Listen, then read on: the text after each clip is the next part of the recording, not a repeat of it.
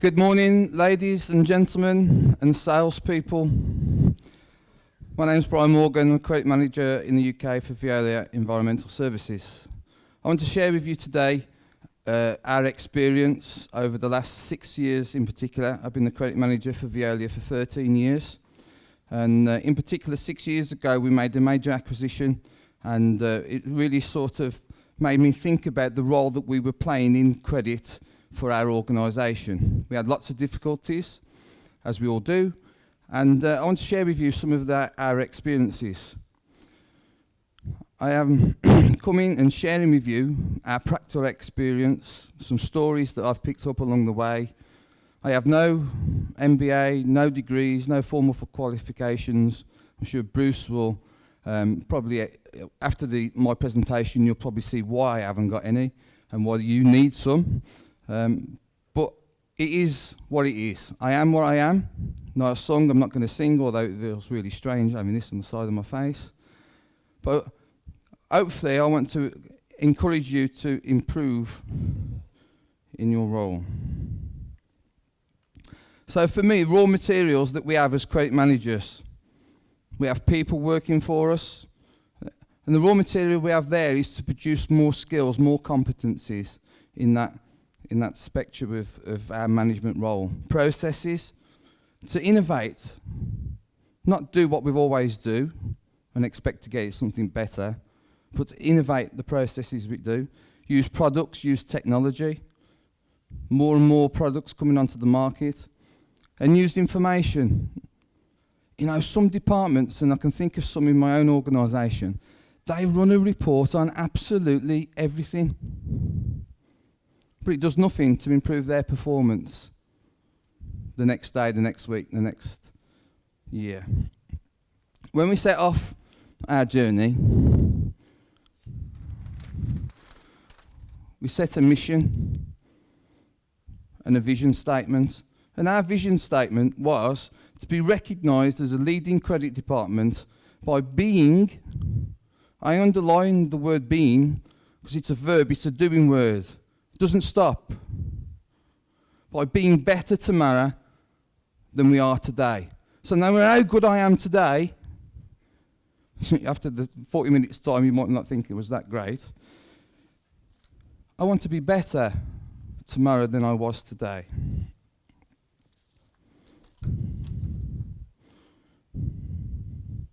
Oh, going backwards. You can see why I don't manage technology in my department, can't you? Right, first question with your magic. Question 1. What is the quality attribute a leader or manager needs to be successful? A, decision making. B, charisma. C, communicator. D, competence. And I've always wanted to say this, press your buttons now.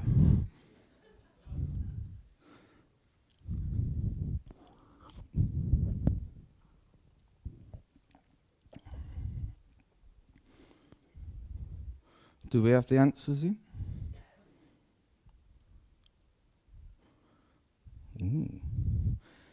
Decision making, 26%. Charisma, 11%. Communicator, 46%. Competence, 17%. Interesting. Going backwards again. Sustainable results. What is success for you? What's success for you personally? What's success for your department? What's success for your organisation? And you might not know, some of it will be easy. You'll say my DSO, my bad debts, all the things that we've just talked about with the ACIC group. Here's an easy question for you to ask yourself to really, what matters most? What matters most to you, your department, in terms of success? See, sometimes we look at success in terms of size, in terms of what we've done yesterday, what we've done today. How many people think that they've, this guy, He's getting a bit arrogant, a bit cocky, thinking he's going to get a big carrot, a big result. But you know what? He's been lazy. He thinks he's got there. He thinks he's the best. But this guy, he's worked hard. He's not just thought about today, not just thought about this week. He's thought about, what do I want to achieve? What do I want as success? Success comes first when you know what success looks like. If you get in your car, how do you know when you get to the destination of choice? You don't set off on a journey and think, oh, I'll just go and hopefully we'll get there. But stand back and think, I know lots of people in management positions, and that is exactly what they do. They go into work every day and work fantastic, work really hard, but they don't know where they're going.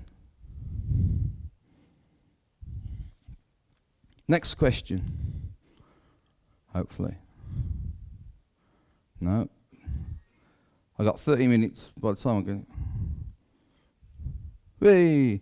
What is success down to? A, leader, manager. B, team. C, company. D, luck. Press your buttons now. Woohoo! Said it twice.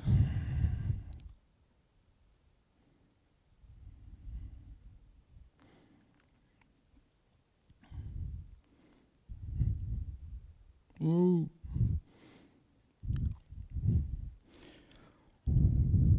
What is success down to? The team, leader. Luck, 5%. One of my peers, one of my fellow managers at Veolia said to me once, Brian, you're so lucky. She obviously wasn't talking about my chiselled looks or fantastic physique. No, she was saying I was lucky because I had some fantastic people working for me.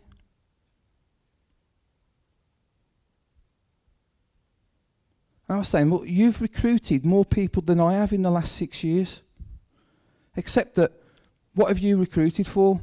And often people recruit for the job that needs to be done tomorrow. One of the things that we've done is recruit for attitude.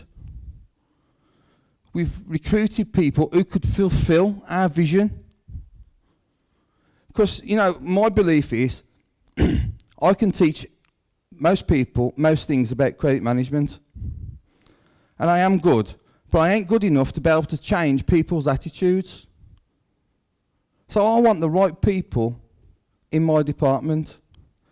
And I want people who are going to fulfill this vision, who are going to be passionate about it like I am, about being better tomorrow than today. The problem we have is we're busy.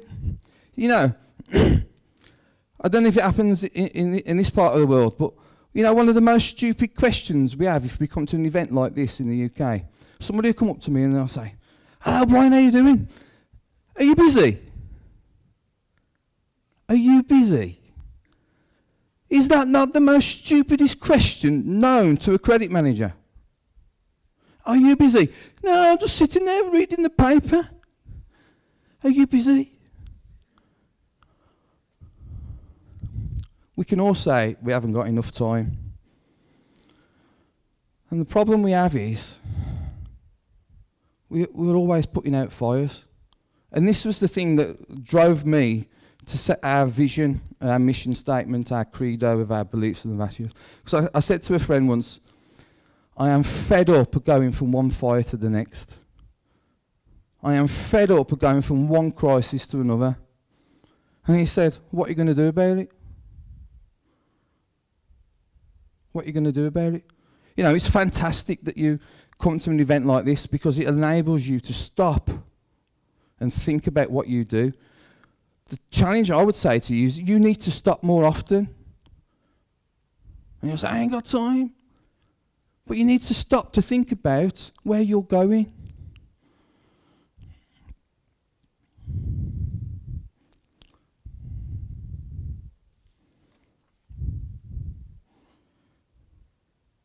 Question 3. When did you last attend a training workshop?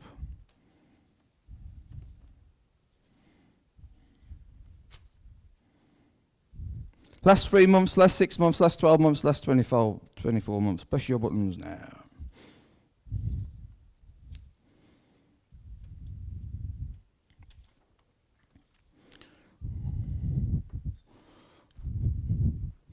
And the results are in.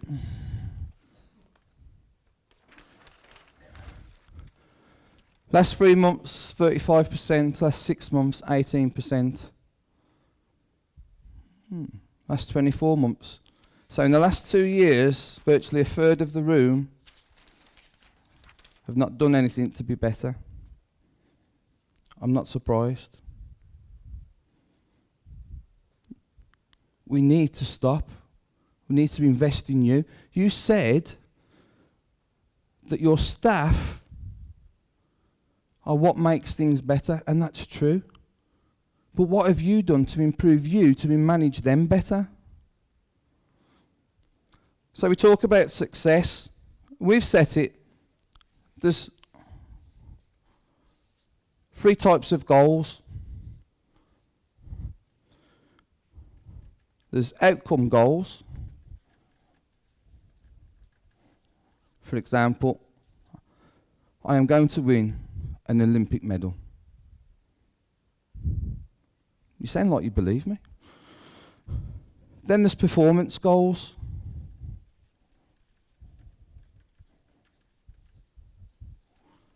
I am going to run the 100 metres in 10 seconds. Hands up, who believes me? Nah, I'm joking. Actually, I was Samwell School's 100 metres champion 30 years ago. That was a lot of wine, a lot of steak, and a lot of years ago. And then there's process goals. And I would suggest, and I would challenge you, that as managers, as leaders, what you do is that you focus on performance goals. I need to get more money in. I need more debtor days. I need a lower DSO. I believe you've got to set an outcome goal. Our goal was to be recognised as a leading credit management department. And the way we said we'd value that is to get the QICM award, the Quality in Credit Management Award, that runs by the ICM in the UK. And I know that Mark has got a similar award. But we wanted something that was going to galvanise the team, was going to get people excited about where we're going on our journey. That was our goal. They get fed up with me talking about DSO and old money, and everybody knows about it. But the thing that we then focused on was process goals. These are the things that really matter. These are the things that we do every day. The tasks. We've just gone through with the guy from Ackett Group about lots of processes that we do in our departments. Cash allocation, processing credit applications. When did you last look at improving those?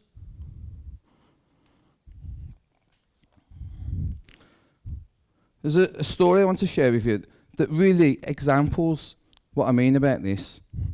There's a guy called John Neighbour, and he was Olympic swimming, and he went to the 1972 Olympic Games. At that Games, everybody remembers Mark Spitz because he won 7 gold medals. Now this guy, and I can't remember what sort of swimming it was, but let's say it was the breaststroke. He ran in the heat, he ran in the quarter-final, ran in the semi-final. I was getting quite excited because he was going to be in the Olympic final relay race for the Americans. Then the coach came up to him and said, "Really sorry, John, but Mr. Spitz is on the verge of doing something nobody's ever done and getting 7 gold medals. Thanks for all your dedication. Thanks for all your hard work. And we've got a nice seat next to the poolside for you to watch the final."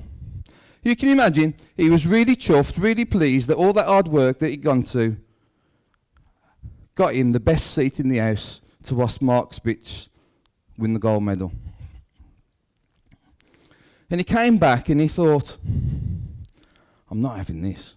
Excuse me. I'm going to set myself a goal.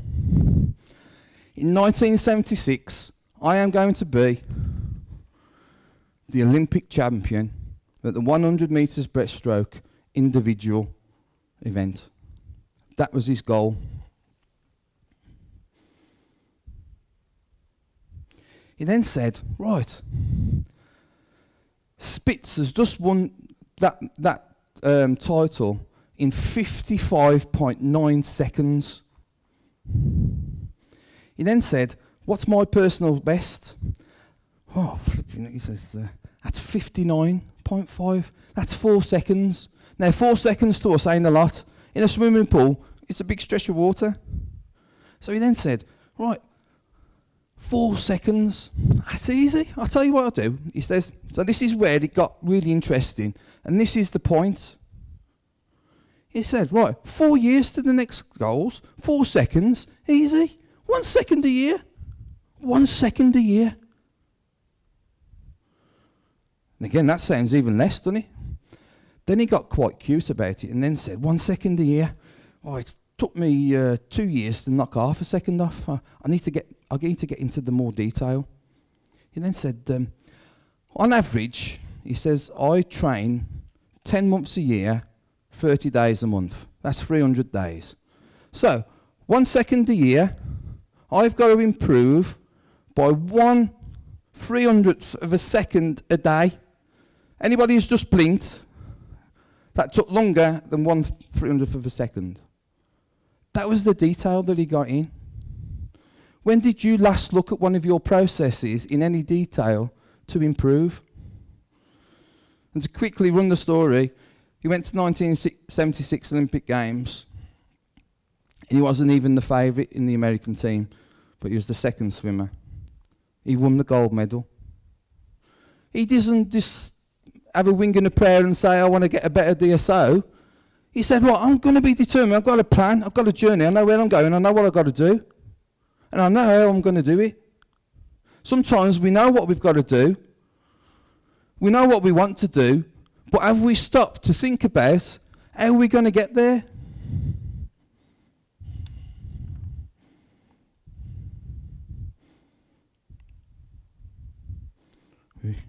Have I missed one?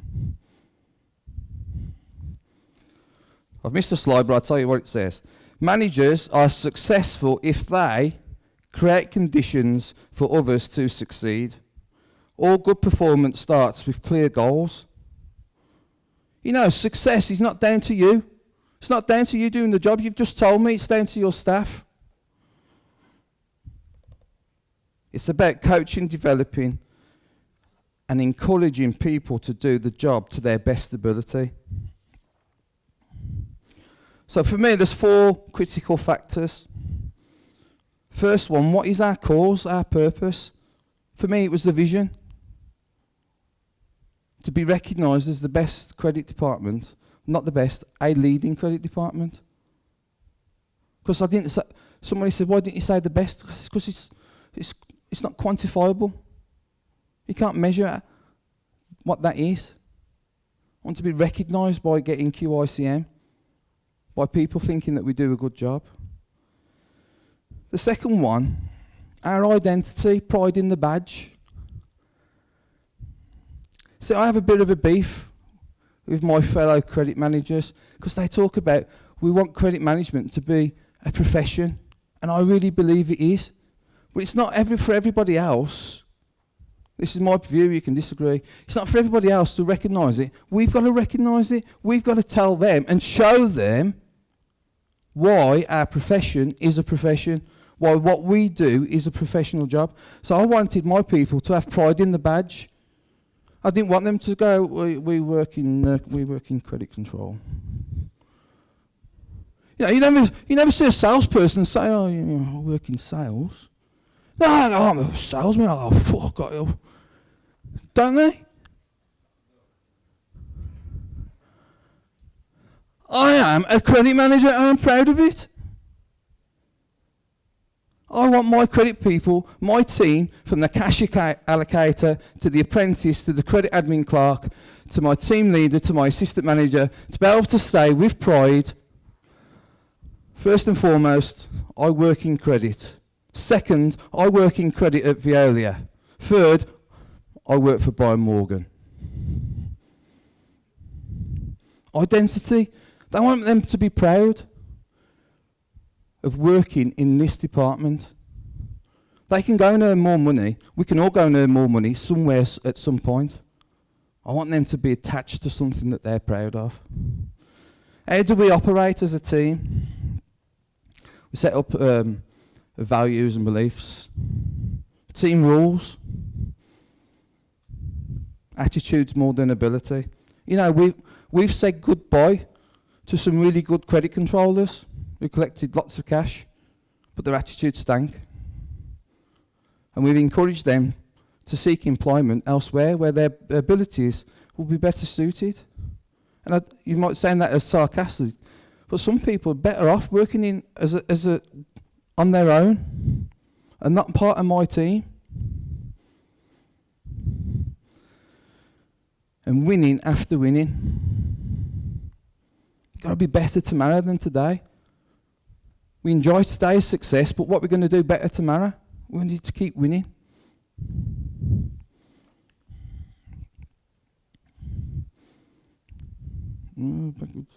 So the question is it just about leadership?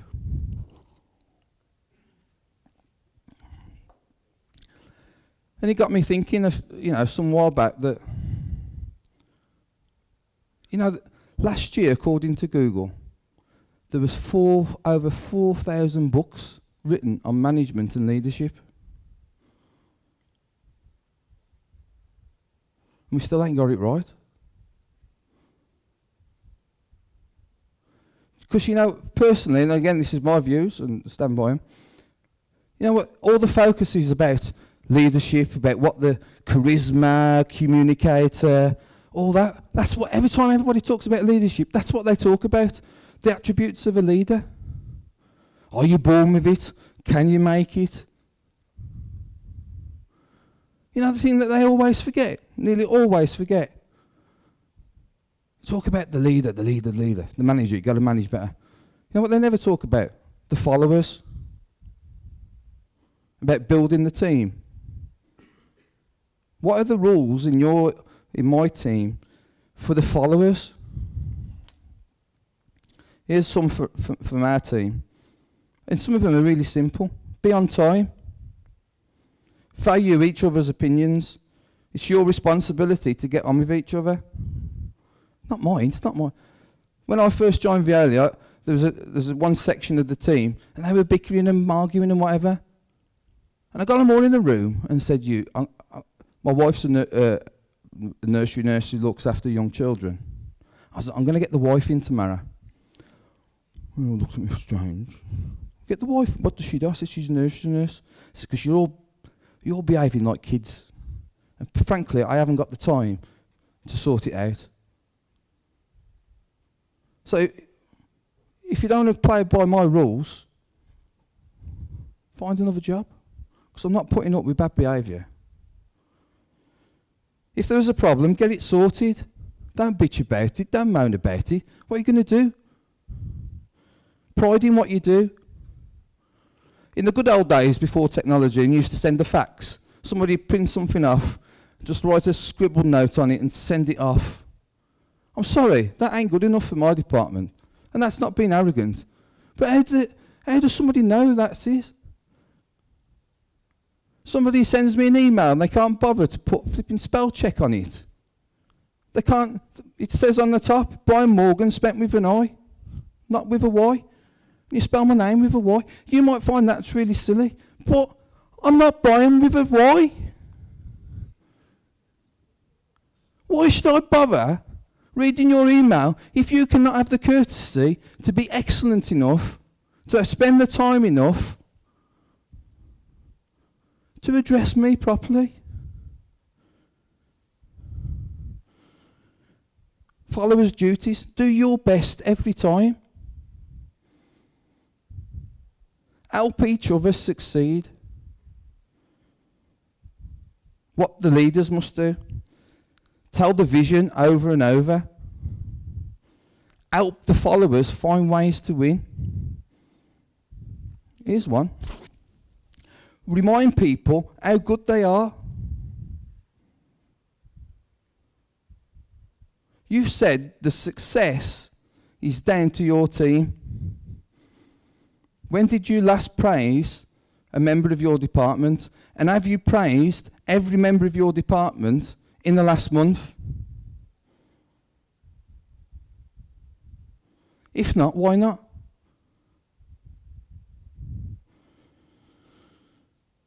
Address the issues. Oh man, this is a brilliant one, isn't it? We talk about leadership and management. And well, so-and-so over there, well, he's a bit aggressive, and so if he does something wrong, we'll just turn a blind eye. We'll just leave him. I don't want that confrontation. So he gets away with it, doesn't he? Old Frank. And Susie over here and thinks, why should I bother? The target is to make 80 phone calls a day.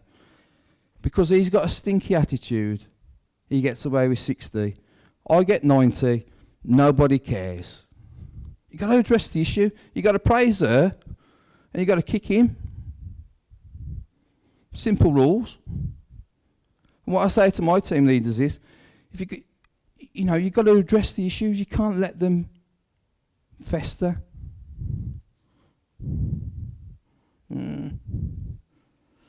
So what do followers need?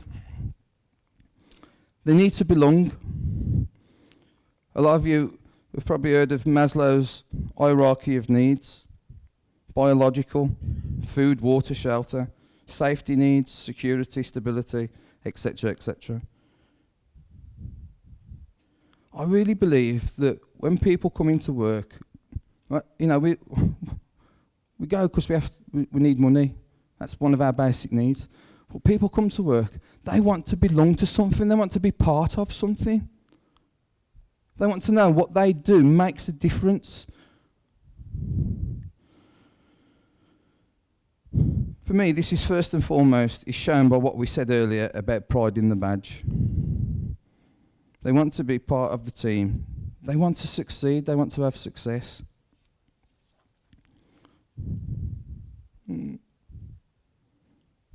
We need to be stimulated. One of the reasons a lot of people like credit control is they like the thrill of phoning the customer up, having a problem, sorting out a dispute, and then getting the money. There's a thrill. There's an excitement. You need to stimulate them. You need to set them a target. Not here. You want to set them a target that's achievable. There's as much stress in your team members with targets that are too easy than there are that are too difficult. Because if they're too easy, what's the challenge? What's the stimulus to doing the job? 6 years ago, when the financial crisis happened, our finance director come in and said, right, debtor days, we're in low 60s. His simple target was, whatever happens, Brian, do not let them get any worse. There's a tough period coming up. We can't let it get any worse.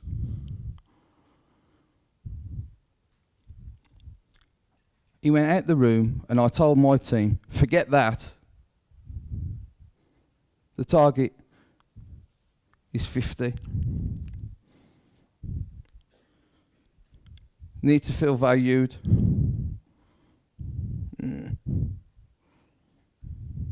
Going backwards. Need to be valued and recognised. And they need to believe and trust the leader. I want to tell you a couple of stories to finish. Alex Ferguson, who most of you probably know, manager of Man United, shared a story once with his football team at training. And he said each There's 3 men working on a building site. The first one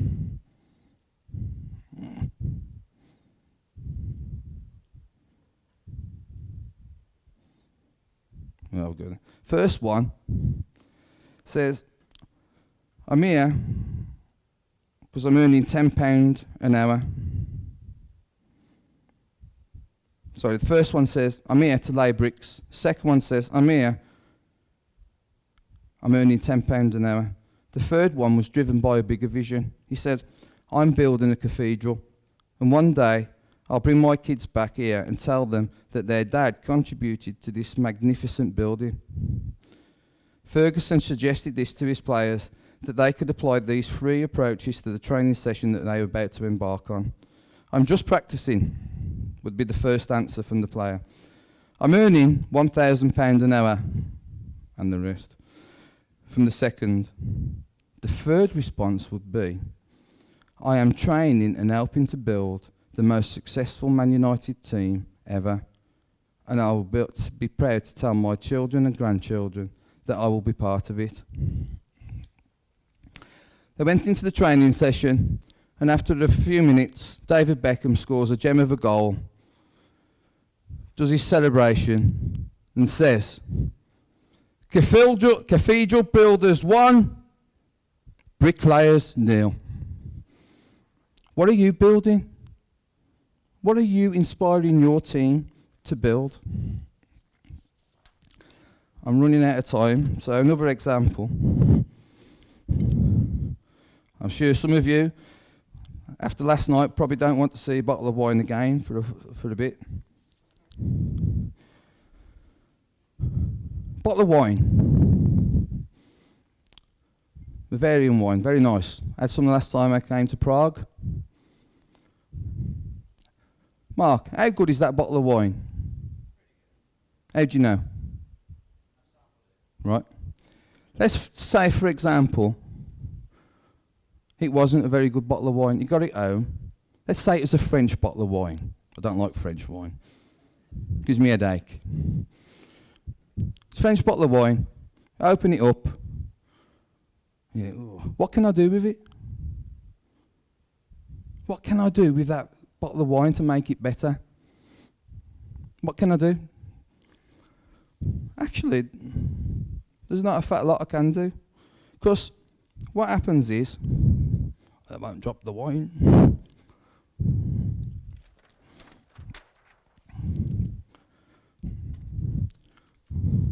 You have inputs. So for wine, you've got the grapes, you've got the cork, you've got the bottle, you've got the terroir. You've got all those different things that goes into the making a bottle of wine. Then you've got the transformation. It helps if you can spell. And that's like, how long has it been left? Has it been left on? What barrel is it type has it been aged in? And that's the transformation. And then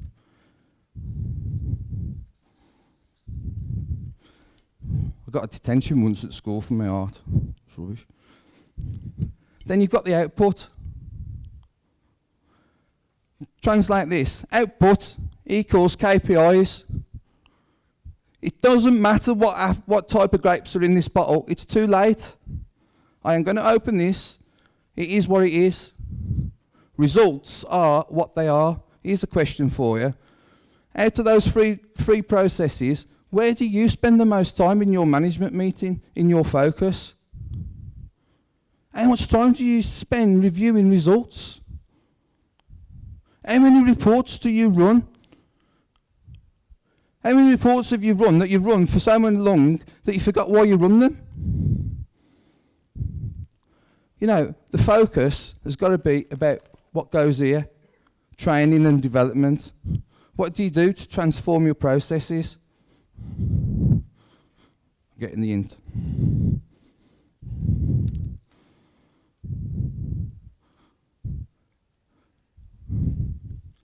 Bump, bump, bump. The old teddy bear's coming down the stairs. He thinks there must be a better way coming down the stairs, but he never gets time to think about how to do it any different. We won't bother with the questions. It doesn't matter how many resources you have, if you don't know how to use them, they'll never be enough. Inputs and transformation. Put a good person into a bad process, and the process will win every time.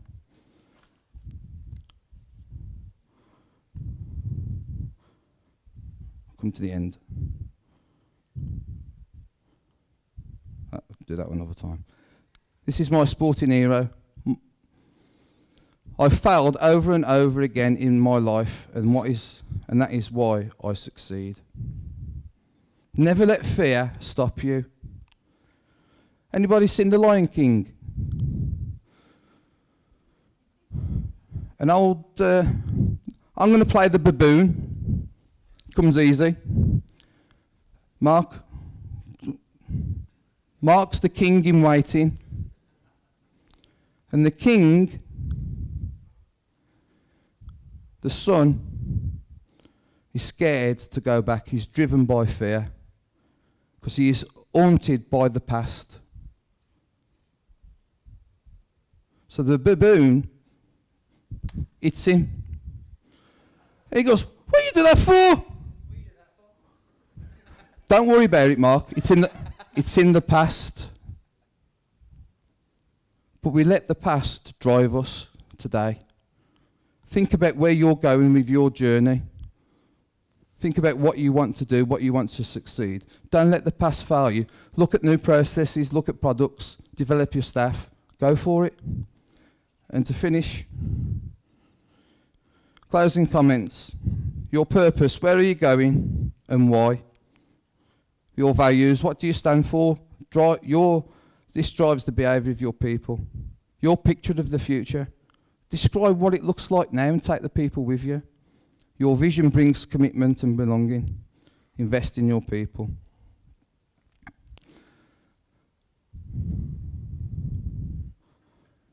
Oh, and for me, to answer my first question, for me, the most important role of a leader and manager is to inspire the staff. A man who wants to lead the orchestra must turn his back on the crowd. Be passionate and be inspired by yourself, inspired by others. A leader has the vision and conviction that a dream can be achieved. He inspires the power and energy to get it done.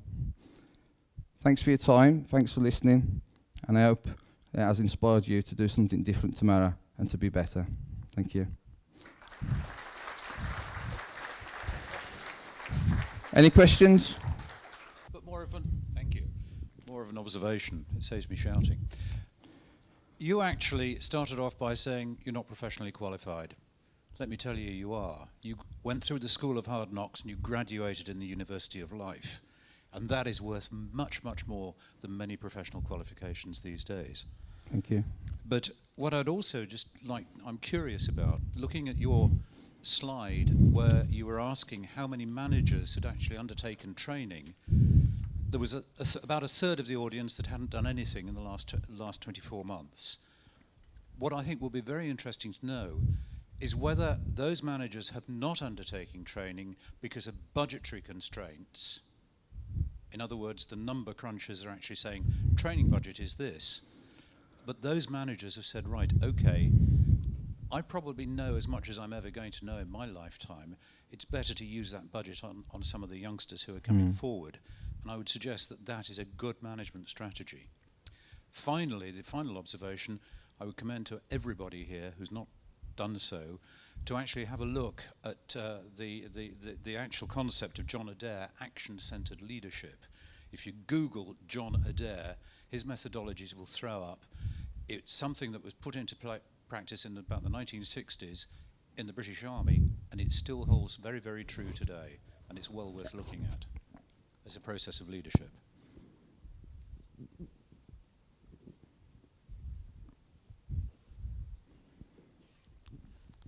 Andris Ischke. Let me ask a little bit of tricky questions since we started to talk about different sorts of leadership theories.